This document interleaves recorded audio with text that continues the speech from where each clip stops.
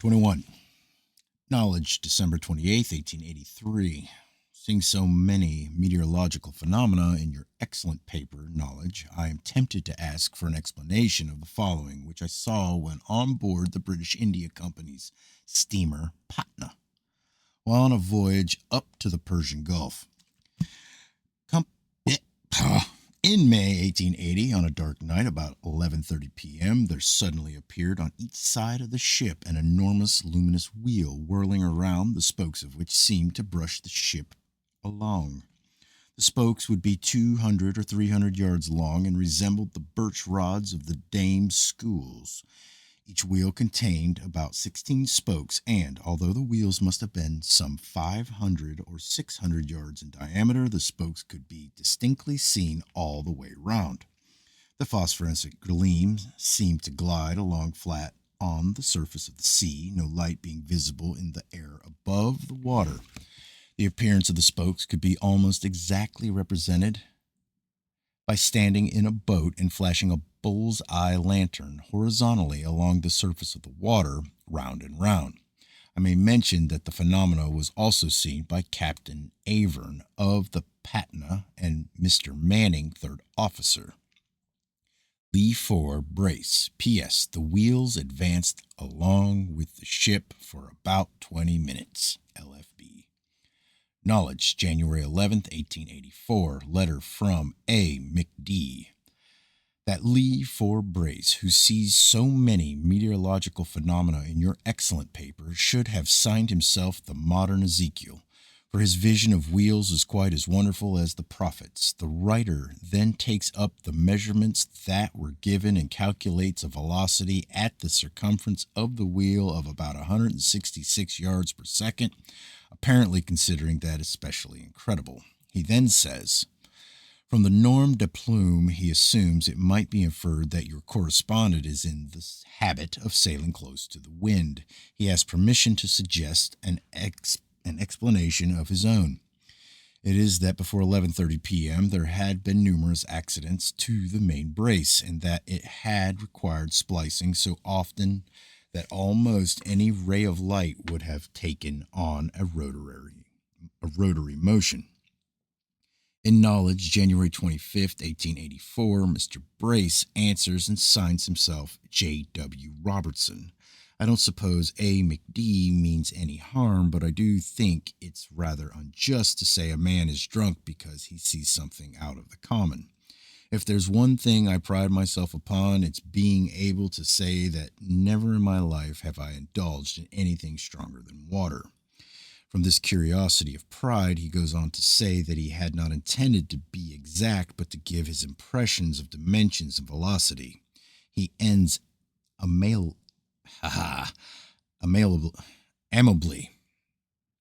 However, no offense taken where I suppose none is meant.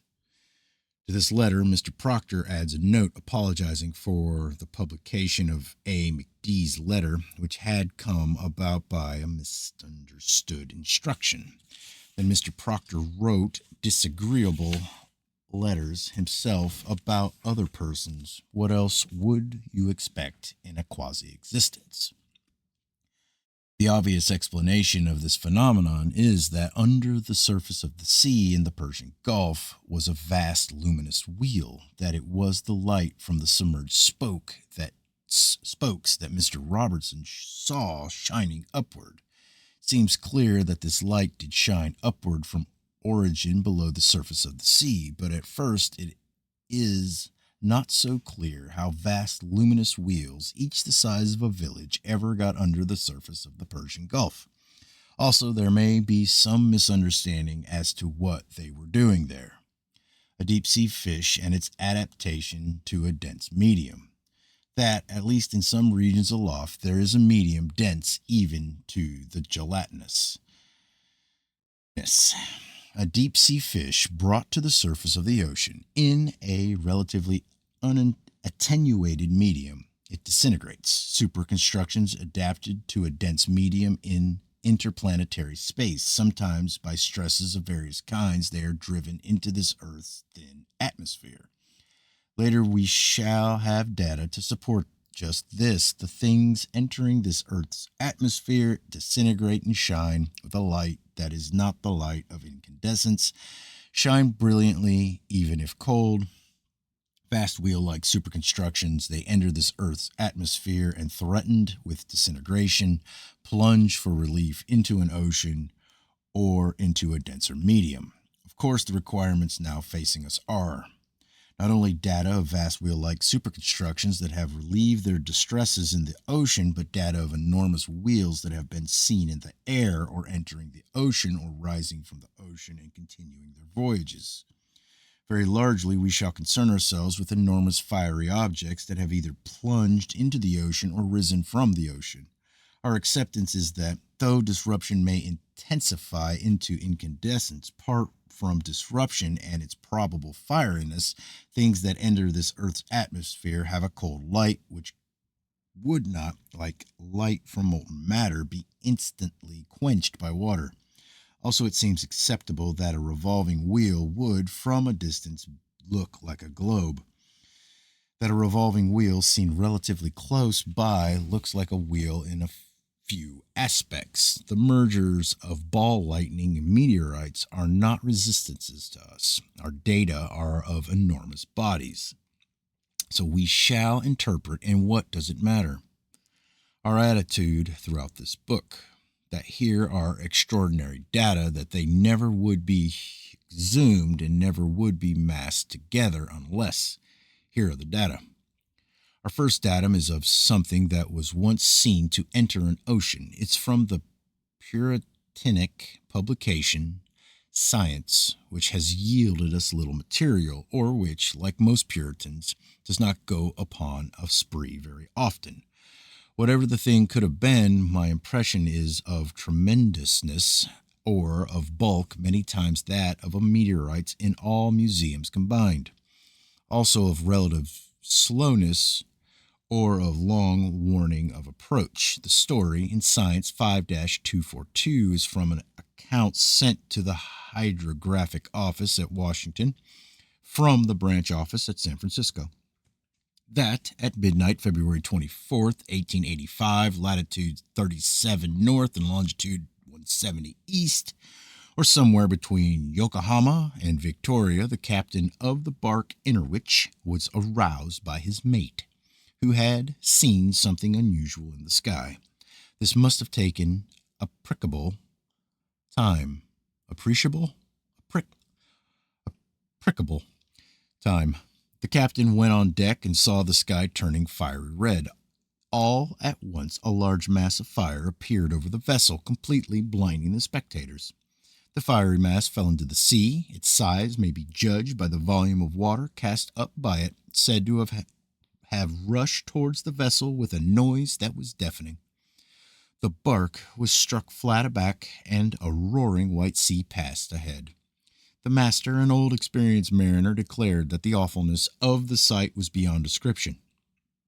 In Nature 37-187 and La Astronomie 1887-76, we are told that an object described as a large ball of fire was seen to rise from the sea near Cape Race.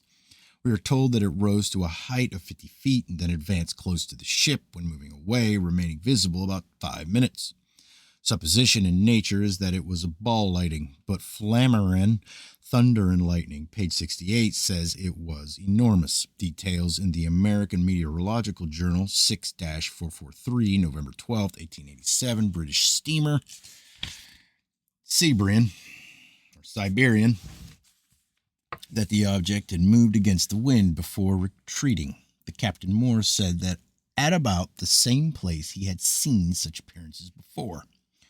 Report of the British Association 1861-30, that upon June 18, 1845, according to the Malta Times, from the brig Victoria, about 900 miles east of Adelaide, the Asia Minor, 36 degrees, 40, I don't know those yet. I think it's 40 foot, 56 inches, north latitude, 13 degrees, 44 foot, 36 inches, east long. 3 luminous bodies were seen to issue from the sea at about half a mile from the vessel. They were visible about 10 minutes. The story was never investigated, but other accounts that seem acceptably to be other observations upon this same sensational spectacle came in, as if of their own accord, and were published by Professor Baden-Powell. One is a letter from a correspondent at Mount Lebanon. He describes only two luminous bodies. Apparently, they were 5 times the size of the moon. Each had appendages, or they were connected by parts that are described as sail-like or streamer-like, looking like large flags blown out by a gentle breeze. The important point here is not only suggestion of structure, but duration. The duration of meteors is a few seconds. Duration of 15 seconds is remarkable, but I think there are records up to a half a minute. This object, if it were all one object, was visible out at Mount Lebanon about 1 hour. An interesting circumstance is that the appendages did not look like trains of meteors, which shine by their own light, but seem to shine by light from the main bodies.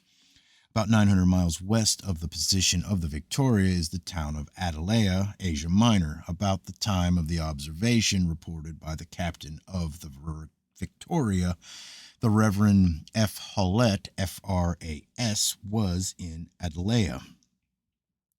He too saw the spectacle and sent an account to Professor Baden-Powell. In his view, it was a body that appeared and then broke up. He places duration at 20 minutes to half an hour. In the report of the British Association 1860-82, the phenomenon was reported from Syria and Malta as 2 very large bodies nearly joined. Rep. British Association 1860-77, that at Cherbourg, France, January 12, 1836, was seen a luminous body seemingly 2/3 the size of the moon. It seemed to rotate on an axis. Central to it, there seemed to be a dark cavity. For other accounts, all indefinite but distortable into data of wheel-like objects in the sky, see Nature 22-617. London Times, October 15, 1859. Nature 21-225. Monthly Weather Review, 1883-264. L'Astronomie, 1894-157. That upon the morning of December 20th, 1893, an appearance in the sky was seen by many persons in Virginia, North Carolina, and South Carolina. A luminous body passed overhead from west to east until about 15 degrees in the eastern horizon. It appeared to stand still for 15 or 20 minutes. According to some descriptions, it was the size of a table. To some observers, it looked like an enormous wheel. The light was a brilliant white, acceptably it was not an optical illusion. The noise of its passage through the air was heard. Having been stationary or having seemed to stand still 15 or 20 minutes, it disappeared or exploded. No sound of explosion was heard. Vast wheel-like constructions. They're especially adapted to roll through a gelatinous medium from planet to planet, sometimes because of miscalculations or because the stresses of various kinds they enter this Earth's atmosphere.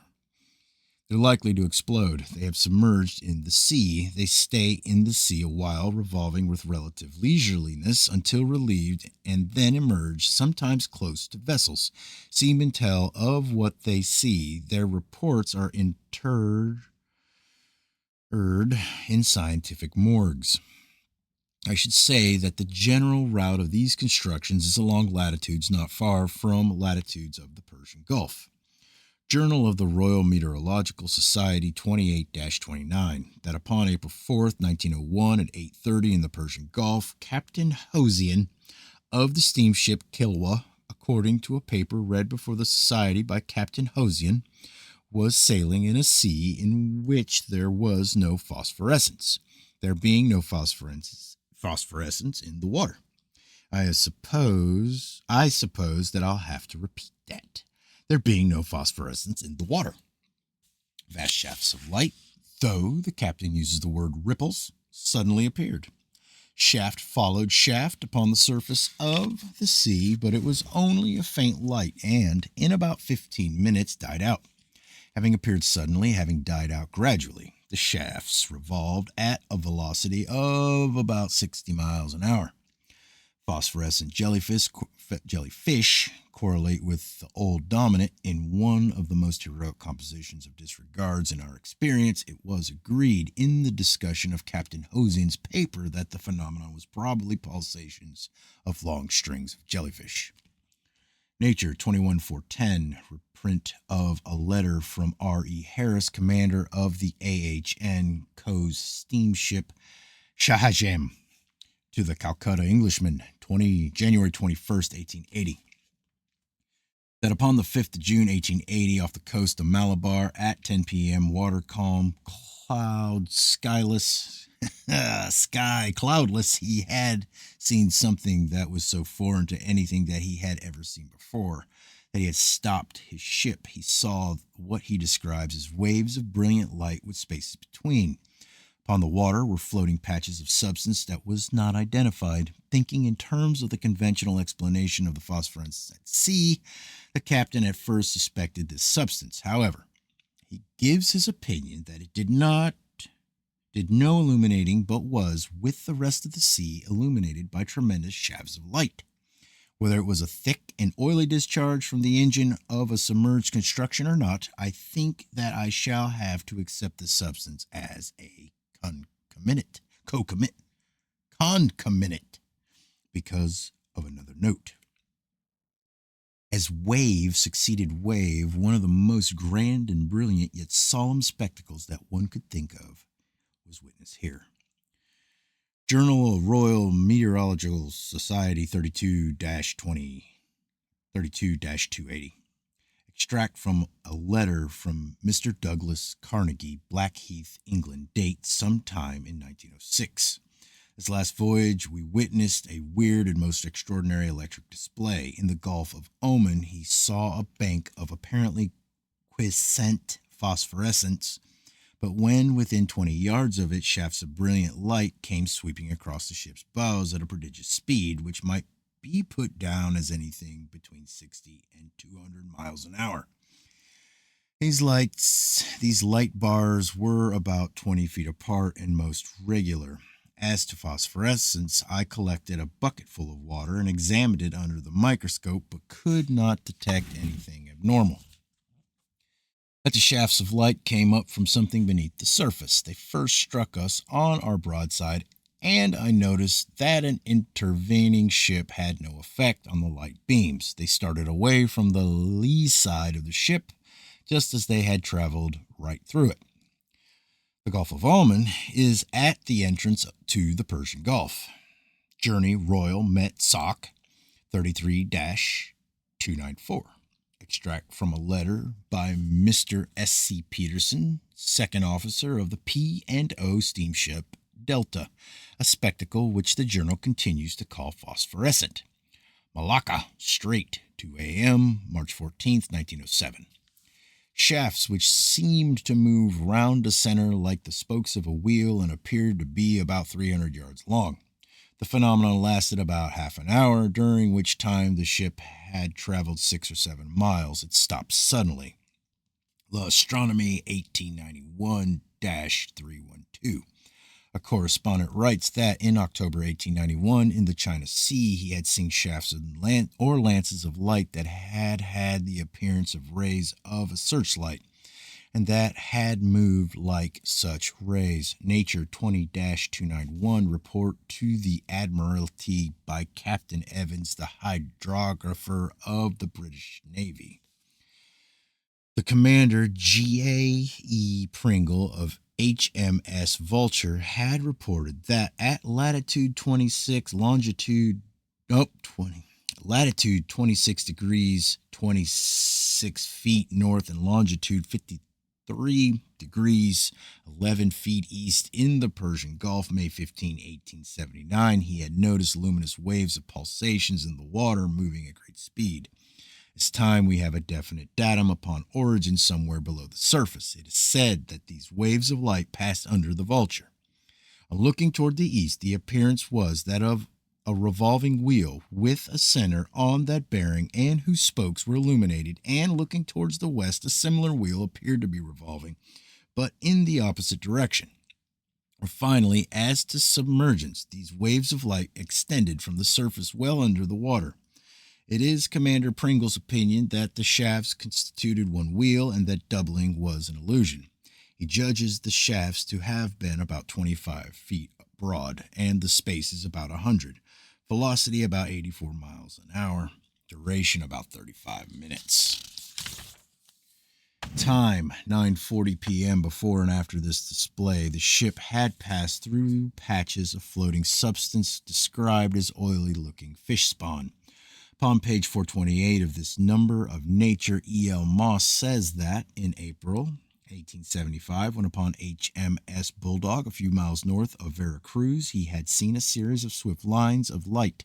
He had dipped up some of the water, finding it animical, which would, however, not account for phenomena of geometric formation and high velocity. If he means Veracruz, Mexico, this is the only instance we have out of Oriental waters. Scientific American 106-51, that in the Nautical Meteorological Annual, published by Danish Meteorological Institute, appears a report upon a singular phenomenon that was seen by Captain Gabe of the Danish East Asiatic Company's steamship Bintang.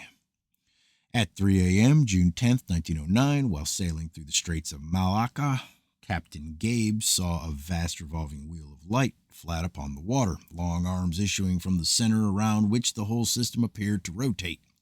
So vast was the appearance that only half of it could be seen at time, the center lying near the horizon. This display lasted about 15 minutes.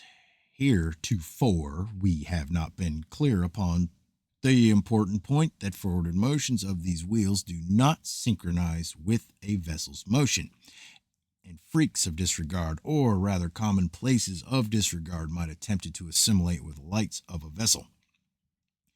This time we are told that the vast wheel moved forward, decreasing in brilliancy and also in speed of rotation, disappearing when the center was right ahead of the vessel, or my own interpretation would be that the source of light was submerging deeper and deeper and slowing down because meeting more and more resistance. The Danish Meteorological Institute reports another instance, that when Captain Breyer of the Dutch steamer Valentinian, was in the South China Sea, midnight, August 12, 1910, he saw a rotation of flashes. It looked like a horizontal wheel turning rapidly. This time it is said that the appearance was above water. The phenomenon was observed by the captain, the first and second mates, and the first engineer, and upon all of them it made a somewhat uncomfortable impression.